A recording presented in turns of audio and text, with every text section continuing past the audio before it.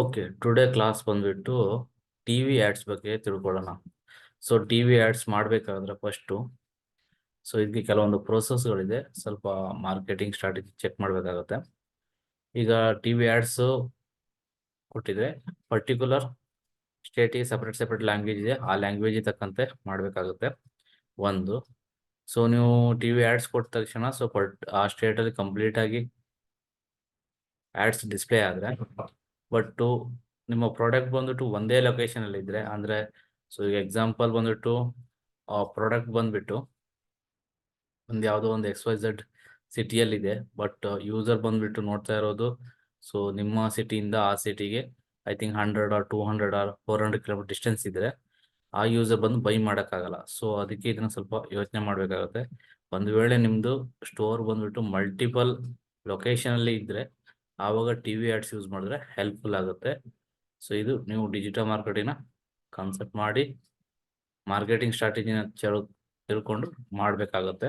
But ನಾನು ಇವಾಗ TV ads ಮಾಡಬೇಕಾದ್ರೆ ಏನೇನು ಬೇಕಾಗುತ್ತೆ, ಸೊ ಕೆಲವೊಂದು ಇನ್ಫಾರ್ಮೇಷನ್ನ ನಾನು ಕಲೆಕ್ಟ್ ಮಾಡಿ ಇಟ್ಟಿದ್ದೀನಿ.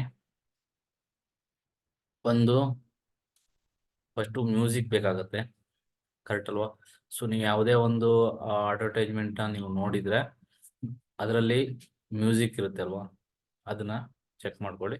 ಇಲ್ಲಿ ಪಾಯಿಂಟ್ ಬೈ ಪಾಯಿಂಟ್ ನಾನು ಆ್ಯಡ್ ಮಾಡಿದ್ದೀನಿ, ಆಯ್ತಾ? ಸೊ ಇದನ್ನ ನೀವು ಪಾಸ್ ಮಾಡಿಕೊಂಡು ನೋಟ್ ಮಾಡ್ಕೊಳ್ಳಿ, ಯಾಕಂದ್ರೆ ನಿಮಗೆ ಯೂಟ್ಯೂಬ್ ಆ್ಯಡ್ಸ್ ಮಾಡುವಾಗಲೂ ಕೆಲವೊಂದು ಇದು ಇಂಪ್ಲಿಮೆಂಟ್ ಆಗುತ್ತೆ.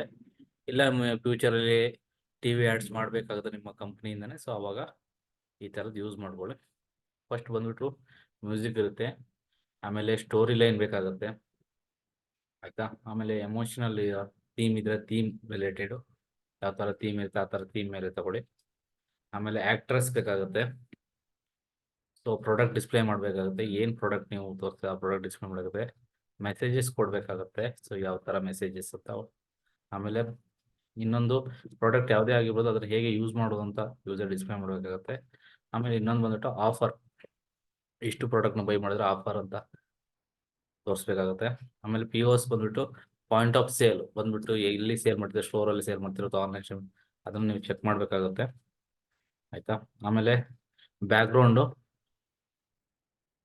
ಕಲರ್ ತೋರಿಸ್ಬೇಕಾಗುತ್ತೆ.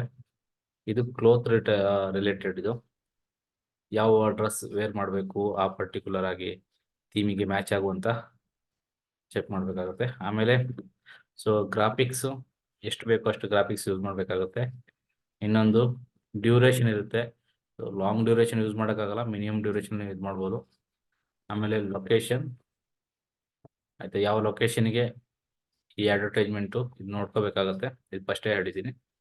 ಆಮೇಲೆ ಪ್ರಾಪರ್ಟಿ ಬೇಕಾಗುತ್ತೆ, ಏನೇನು ಪ್ರಾಪರ್ಟಿ ಯೂಸ್ ಮಾಡ್ತೀರಾ ಆ ಪ್ರಾಪರ್ಟಿ ಅದಕ್ಕೆ ಮ್ಯಾಚ್ ಆಗುತ್ತಾ ಅದು ಚೆಕ್ ಮಾಡಬೇಕಾಗುತ್ತೆ.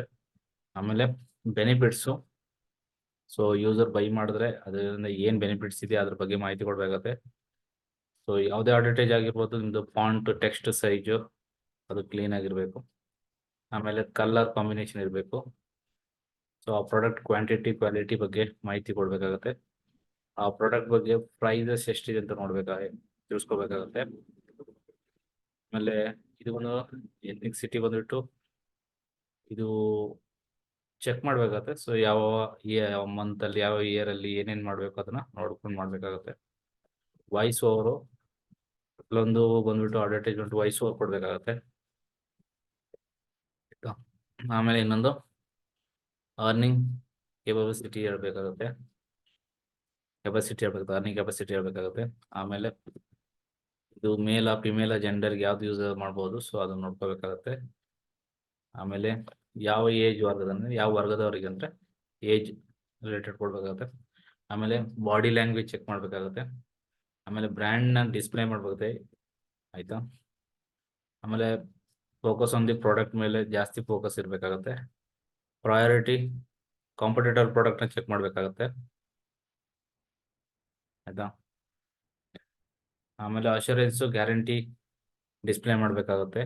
ವಾಯ್ಸ್ ಮಾಡ್ಯುಲೇಷನ್ ಚೆಕ್ ಮಾಡಬೇಕಾಗುತ್ತೆ. ನೀವು ಇದನ್ನ ನೋಟ್ ಮಾಡಿಕೊಂಡು, ಆಯಿತಾ? ಇದರಲ್ಲಿ ನೀವು ನೋಡುವಂಥ ಟಿವಿ ಅಡ್ವರ್ಟೈಸ್ಮೆಂಟಲ್ಲಿ ಯಾವ್ದಾದ್ರು 3ನ ತಗೊಳ್ಳಿ, ಅದರಲ್ಲಿ ಬೆಸ್ಟು ಮಾಡ್ರೇಟ್ ಅಂದ್ರೆ ಮಿಡಲ್, ಆಮೇಲೆ ಹೋಸ್ಟ್.